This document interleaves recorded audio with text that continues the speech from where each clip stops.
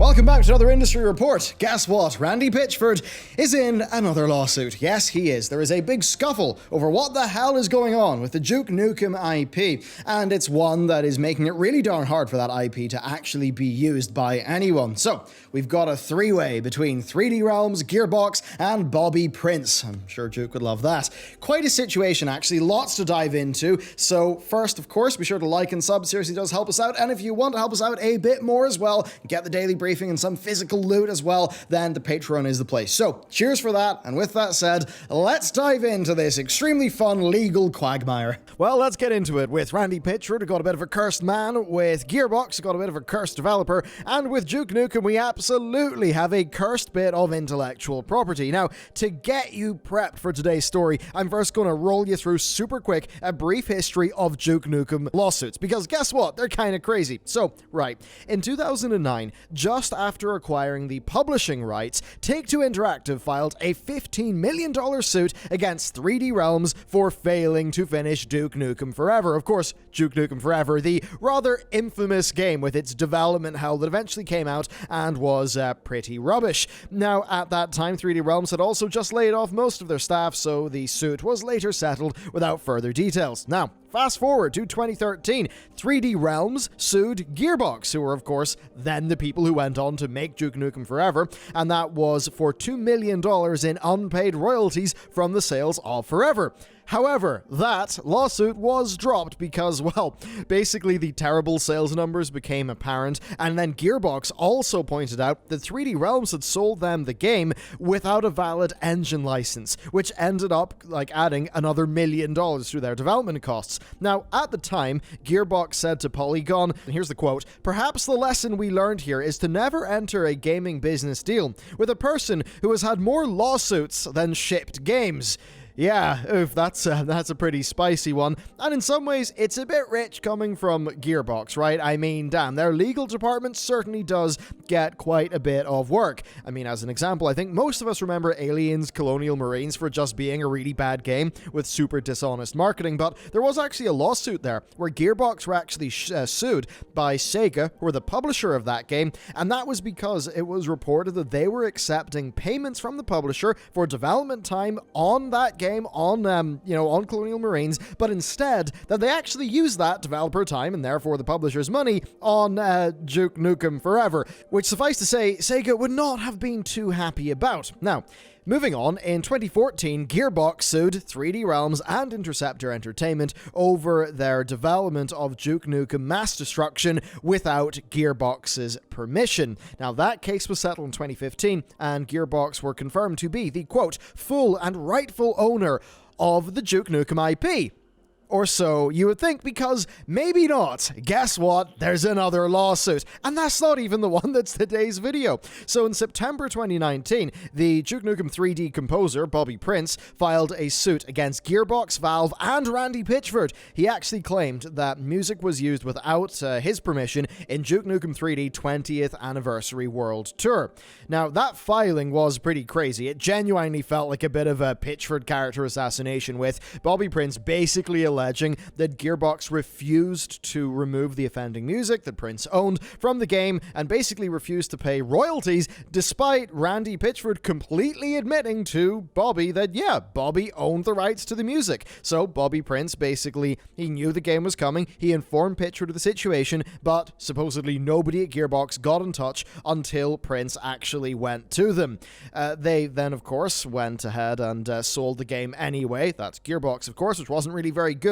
Now, in light of this happening, Randy apparently promised to make sure to Prince that he'd be taken care of, but then kind of did nothing to solve the issue. Basically, it seems like Randy strung him on a bit, which, I mean, hey, it's Randy Pitchford. He's not exactly a guy that I would say a lot of people have a lot of faith in the industry. I mean, we'll get on to the time he, punched Claptrap in the face at GDC. Was it the face?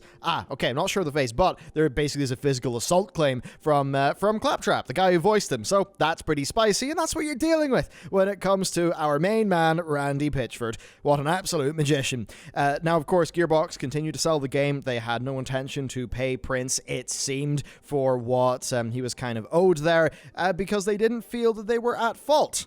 And them feeling like they're not at fault is where the new lawsuit comes in. That's where it gets more spicy. So, Gearbox have filed a new lawsuit against 3D Realms and its founders, alleging breach of contract over the Duke Nukem IP sale in 2010, where Gearbox are claiming that 3D Realms just never mentioned that they didn't own Bobby Prince's music. And yes, that's the 3D Realms suggested that they owned the IP free and clear, and that they were able to use the IP without the permission of a third party. Now, this is where it gets into stuff that's a bit crazy. Okay, nowadays, if you make a line of code, a piece of music, a bit of art for a company, your contract will say, because legally the copyright would actually default to you, the creator, but the contract would say that it is owned by the company. And you kind of need to do that if you want to, run your company decently. And, for full disclosure, that's what it's like, the guy who's doing music for our game, yeah, that music in terms of IP, that music is owned by our company. That is totally standard.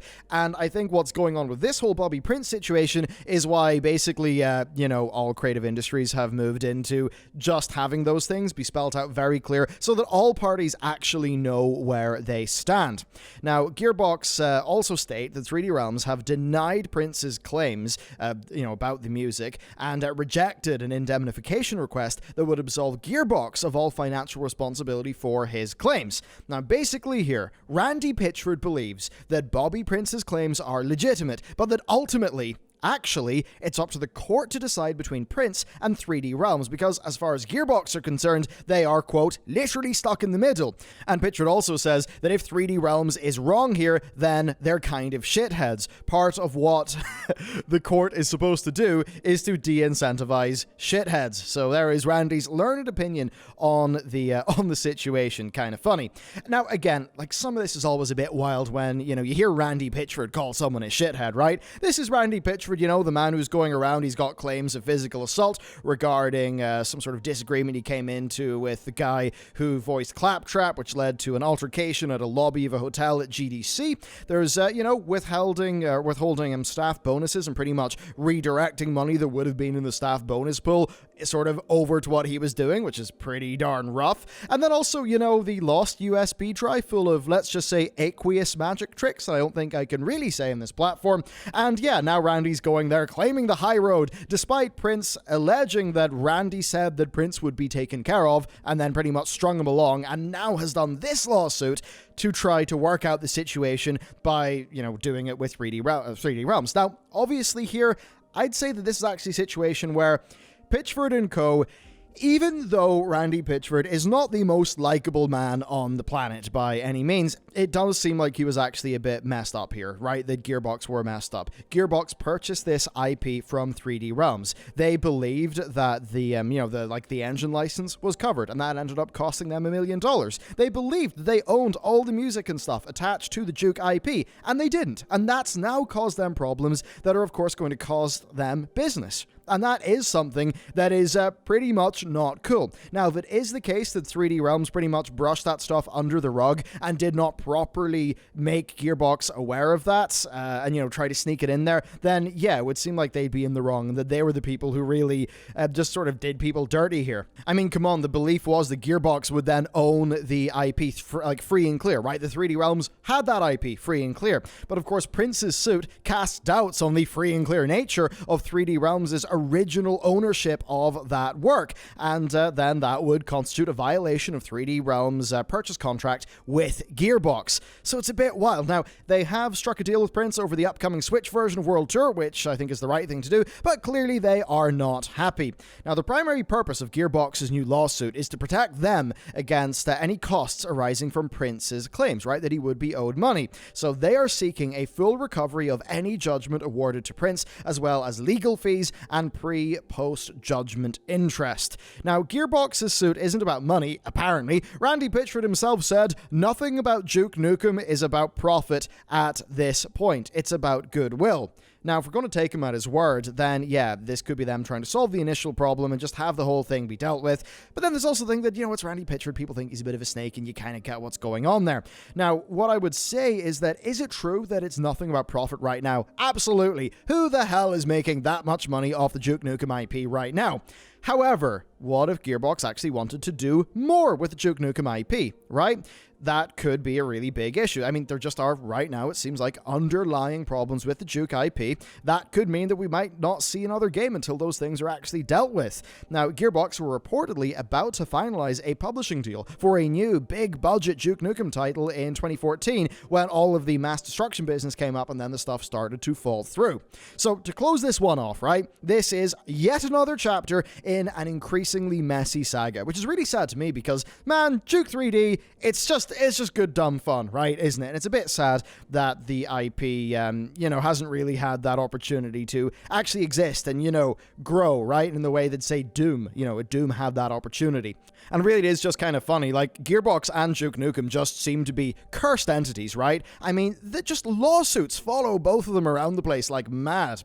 Gearbox can't go more than a few years without some sort of lawsuit alleging dishonesty, disagreements, or payment issues, things like that, and it doesn't look too good for them. So, I guess the question here is, will this finally be the whole thing put to bed, right? Once this is solved, will that be the Duke IP free and clear owned by a company who can then do something with it? And will we actually be able to get more Duke Nukem games? I mean, hell, it's even worth bothering with a new Duke Nukem game. And that's an interesting thing to me, because look at Doom 2016. Wow, I mean, what a way to bring a franchise back. And both, Doom, Duke 3D, right? They're older school games, different design philosophy. And what did Doom do? It proved that you can modernize that, make that feel great, and still have that core old, fun identity. Something like that could totally be done with Duke Nukem, as long as it just doesn't look anything like Duke Nukem Forever. And, if all of this legal BS just means that there's this old school fun franchise that a lot of us don't actually get to play because of just annoying legal BS, then that really does suck. Now, of course, then it's also just the Gearbox angle. And, think of Gearbox what you will.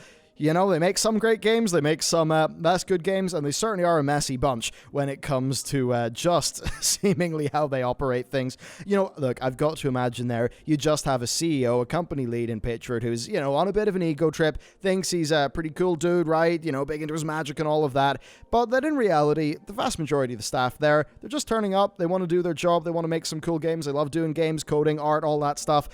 It's just sort of one of those things where it's important that, the actual rank and file of Gearbox are probably all pretty darn solid people. It's just that they're maybe not given the best name by the man at the top. So, there you go. That's an update to Duke and Gearbox. Do you want to see Duke Nukem again?